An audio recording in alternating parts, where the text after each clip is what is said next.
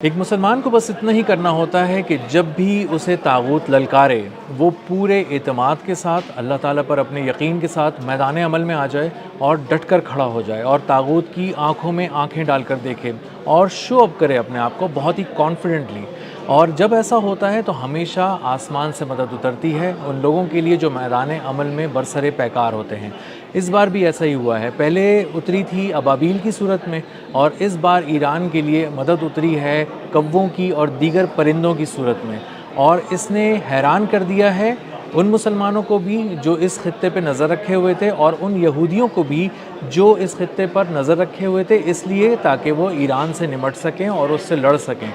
اور اس ایک چیز نے بہت حیران کیا ہے ان کو۔ ہوا یہ ہے کہ بہت بڑی تعداد میں پرندوں کے جھنڈ، جس میں زیادہ تر کوے ہیں، وہ جھنڈ کے جھنڈ تل ابیب میں پہنچ گئے ہیں اور مختلف اسرائیلی شہروں میں پہنچ گئے ہیں اور اڑ رہے ہیں ان کی فضاؤں میں، اور اس حد تک اڑ رہے ہیں کہ آسمان سیاہ ہو گیا ہے، ایک پوری چادر کی طرح وہ تن گئے ہیں آسمان پر اور کچھ نظر نہیں آ رہا، اور دن میں بھی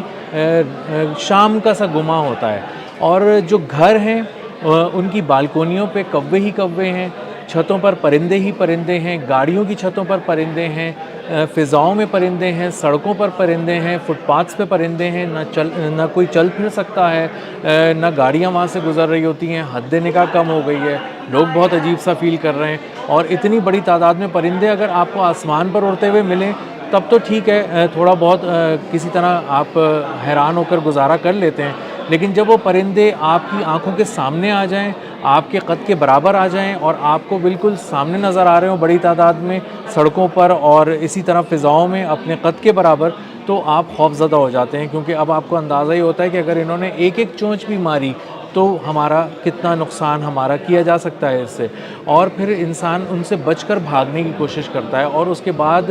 یہ پرندے زیادہ جو ہے وہ خود بھی گھبرا کر بھاگتے ہیں، اور پھر اس طرح سے ایک ایسا ماحول بن جاتا ہے جس میں کوئی سڑک پر ہی نہیں آتا۔ تو اب جو تل ابیب کے مناظر ہیں، خاص طور پہ جو بچا کچا تل ابیب ہے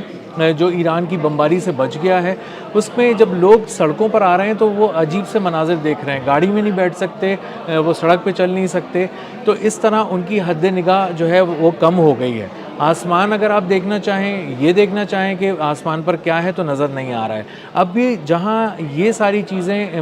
لوگوں کو متاثر کر رہی ہیں، وہاں ملٹری ایکٹیویٹیز جو اسرائیل کی ہیں وہ بری طرح متاثر ہوئی ہیں اس سے، اور جو اس کا بتایا جا رہا ہے کہ جو ڈرون کی ایکٹیویٹیز تھیں وہاں پر اسرائیل کی،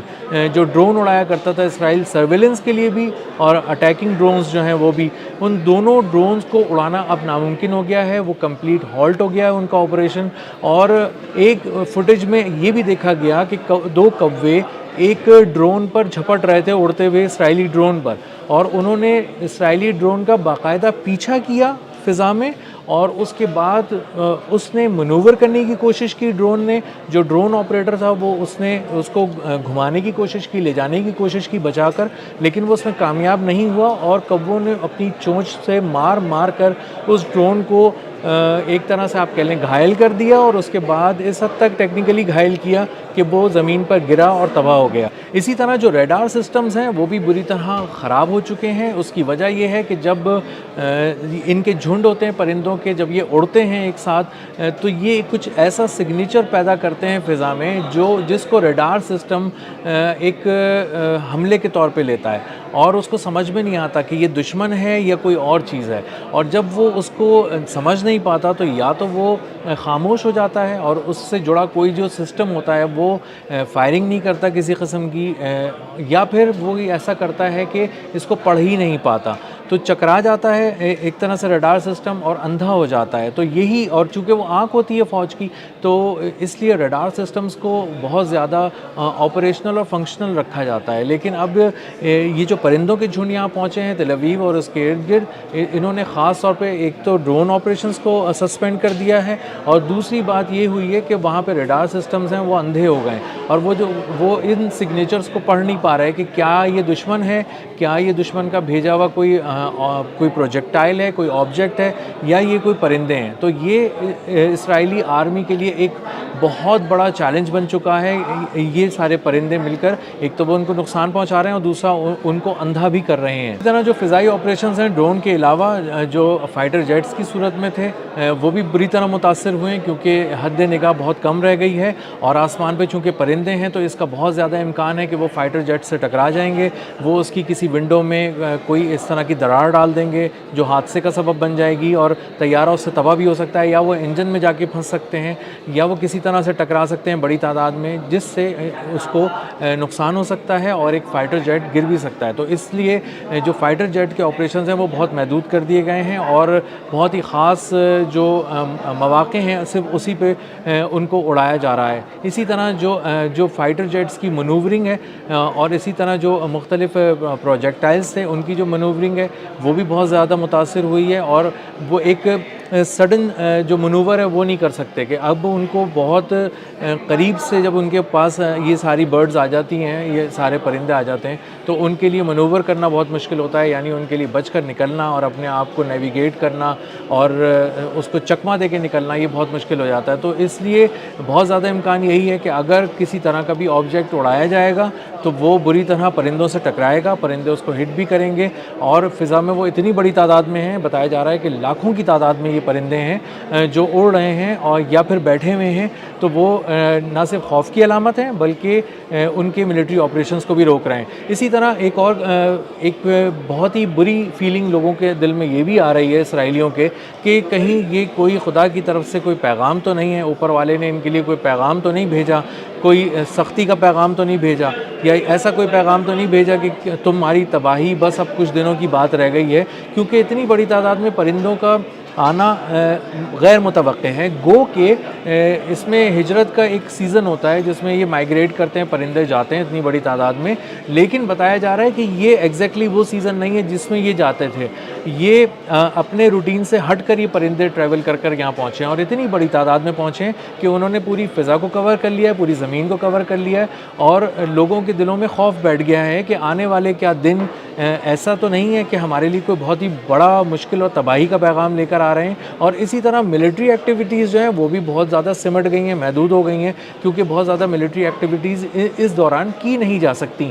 تو جو یہ باتیں سنا کرتے تھے ہم کہ آسمان سے مدد آتی ہے مسلمانوں کے لیے جب وہ ڈٹ جاتے ہیں اور جب وہ میدان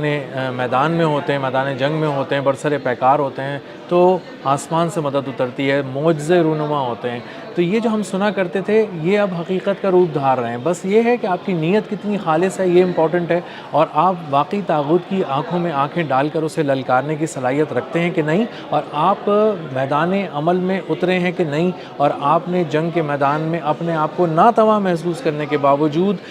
اپنے سے کئی گنا بڑے دشمن کو للکارا ہے یا نہیں. یہ ساری باتیں ہیں جو امپورٹنٹ ہیں اور یہ چونکہ ایران نے کیا ہے اس لیے وہ ہر قدم پر معجزے دیکھ رہا ہے اور ہر قدم پر دشمن کو حیران کر رہا ہے. اور دشمن حیران ہو رہا ہے کہ اس کا ہر میزائل اتنا پریسائز لگتا ہے ٹارگٹ کے اوپر کہ وہ جس ٹارگٹ پہ مارتے ہیں اڑا دیتے ہیں. پورے مڈل ایسٹ سے امریکہ کے قدم ایران نے اکھاڑ دیے, پورا اسرائیل کو برباد کر دیا, حیفا کی آئل ریفائنری کو اڑا دیا, ڈمونا کے جو جوہری پلانٹ ہیں اس پہ حملہ ہو گیا, بڑا کامیاب حملہ ہوا. اور یہ سارے حملے اتنے پریسائز ہوئے کہ اس میں جب ایران نے طے کیا کہ اس کو سویلین آبادی کو نشانہ نہیں بنانا تو اس نے نہیں بنایا, اور اس کے ہر میزائل نے بہت ہی پریسائزلی, بہت ہی ایکوریسی کے ساتھ ہٹ کیا انہی ملٹری ٹارگٹس کو, فوجی تنصیبات کو اسرائیل کے جو بہت زیادہ ضروری تھیں اور جن کو اڑانے کے لیے ان میزائلوں کو ایران سے روانہ کیا گیا تھا. اسی طرح مشرق وسطیٰ میں بھی انہی ٹارگٹس کو نشانہ بنایا گیا. اسی لیے ہم نے دیکھا کہ مڈل ایسٹ میں جو سویلین کیجولٹیز ہیں وہ بہت ہی کم ہیں اور جو ملٹری کیجولٹیز ہیں اس کا ریشو بہت اوپر ہے. اور یہ سارے گراف بتا رہے ہیں کہ جو بھی نقصان پہنچا ہے امریکہ اور اسرائیل کو وہ اس کی ملٹری کیپیبلٹیز کو نقصان پہنچا ہے اور اس کی فوجی تنصیبات کو نقصان پہنچا ہے اور اس کے ہارڈ ایسٹس کو نقصان پہنچا ہے, اور سویلینز کو اس طرح سے نشانہ نہیں بنایا گیا ایران کی جانب سے. تو ایران نے ایک بار پھر ثابت کیا ہے کہ وہ الیکٹرانک وارفیئر میں بھی بہت آگے ہے, وہ کنونشنل وارفیئر میں بھی بہت آگے ہے، اور معجزے بھی اسی کے ساتھ رونما ہو رہے ہیں، کیونکہ وہ اس وقت میدان عمل میں ہے، وہ اس وقت طاغوت کو للکار رہا ہے، وہ اس وقت اپنے سے کئی گنا بڑے دشمن کو، جو ایک نہ چاہنے والی جنگ کو اس کی دہلیز پر لے آیا، اس سے نمٹ رہا ہے، وہ اپنی سرزمین کی حفاظت کر رہا ہے، اور وہ اپنے ایمان کی بھی حفاظت کر رہا ہے، اور ایسے موقع پہ معجزے رونما ہوتے ہیں، آسمان سے مدد اترتی ہے، اور ایران بھی اب یہ مدد اپنے پاس آسمان سے اترتی ہوئی دیکھ رہا ہے۔